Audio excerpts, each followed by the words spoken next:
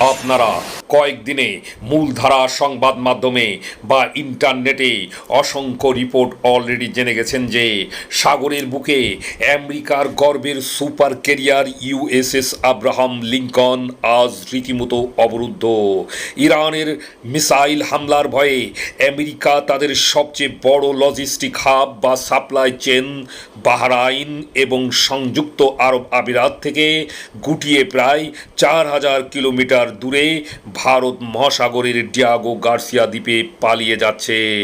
সবাই বলছে আমেরিকা ভয়ে পিছিয়ে গেছে, সবাই বলছে আব্রাহাম লিঙ্কনের সাপ্লাই চেন কেটে দেওয়া হয়েছে, কিন্তু মূলধারার মিডিয়া আপনাদের সামনে যে সমীকরণটি বলছে না তা হলো ডিয়াগো গার্সিয়ায় পালিয়ে গিয়েও আমেরিকা আসলে রক্ষা পায়নি। পেন্টাগন ভাবছে 4000 কিলোমিটার দূরে গিয়ে তারা সেফ জোনে চলে গেছে, কিন্তু ফিজিক্স, জিওগ্রাফি আর আধুনিক মিলিটারি স্ট্র্যাটেজির হিসাব মেলালে সে যে ভয়ঙ্কর সত্যটি বেরিয়ে আসে তা হলো আমেরিকা আসলে ইরানের হাত থেকে বাঁচতে গিয়ে এমন এক ফাঁদে পা দিয়েছে যেখান থেকে তাদের রণতরীগুলো আর পালানোর কোনো উপায় নেই। ভিডিওটি শুরু করার পূর্বে আপনাদের কাছে অনুরোধ, ভিডিওটিতে একটি লাইক দিন, ভিডিওটি শেয়ার করুন এবং পেজটি ফলো অথবা সাবস্ক্রাইব করেই শেষ পর্যন্ত আমাদের সাথেই থাকুন। দর্শক, চলুন প্রথমে বোঝা যাক আমেরিকা কেন হঠাৎ করে এত বছরের পুরনো ঘাঁটি বাহরাইন আর ফুজাইরা বন্দর ছেড়ে পালাতে বাধ্য হলো। আপনারা হয়তো ভাবছেন একটি যুদ্ধজাহাজ একবার সাগরে নামলে মাসের পর মাস এমনিতে যুদ্ধ করতে পারে। একটি সুপার ক্যারিয়ার হলো সাগরের বুকে ভাসমান একটি ছোট শহরের মতো, যেখানে প্রায় 5000 নৌসেনা কাজ করে।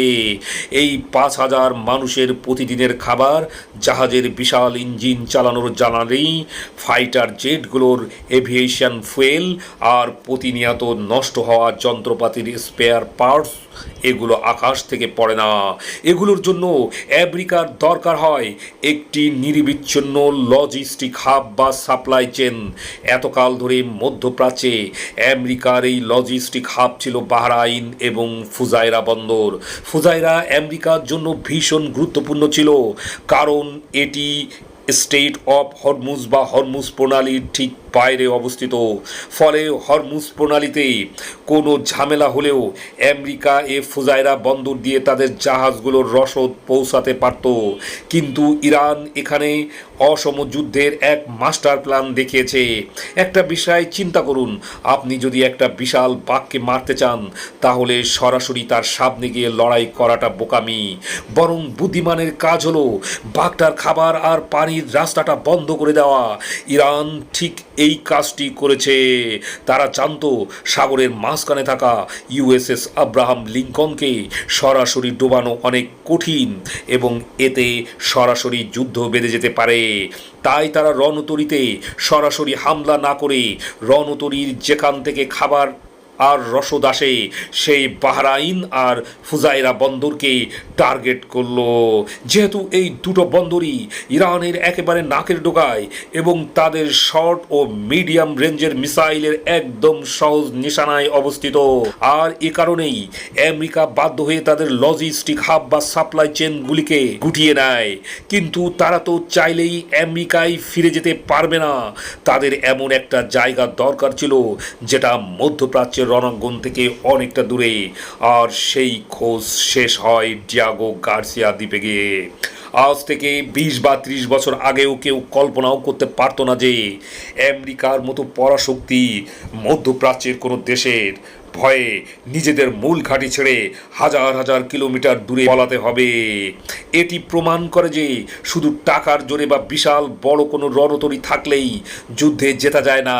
আধুনিক যুদ্ধের জয় পরাজয় নির্ভর করে নিখুঁত লজিস্টিক্স, জিওগ্রাফি এবং স্ট্র্যাটেজির উপর। ইরান আজ সেই স্ট্র্যাটেজিতেই আমেরিকাকে চেকমেট করেছে। তো প্রিয় দর্শক, এই ভূ রাজনৈতিক সমীকরণ নিয়ে আপনাদের মতামত কি?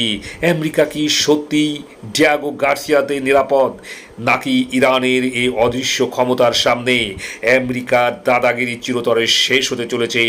আপনাদের বিশ্লেষণ এবং মতামত অবশ্যই আমাদের কমেন্ট বক্সে জানাবেন। ভিডিওটি এখনই আপনার টাইমলাইনে শেয়ার করুন।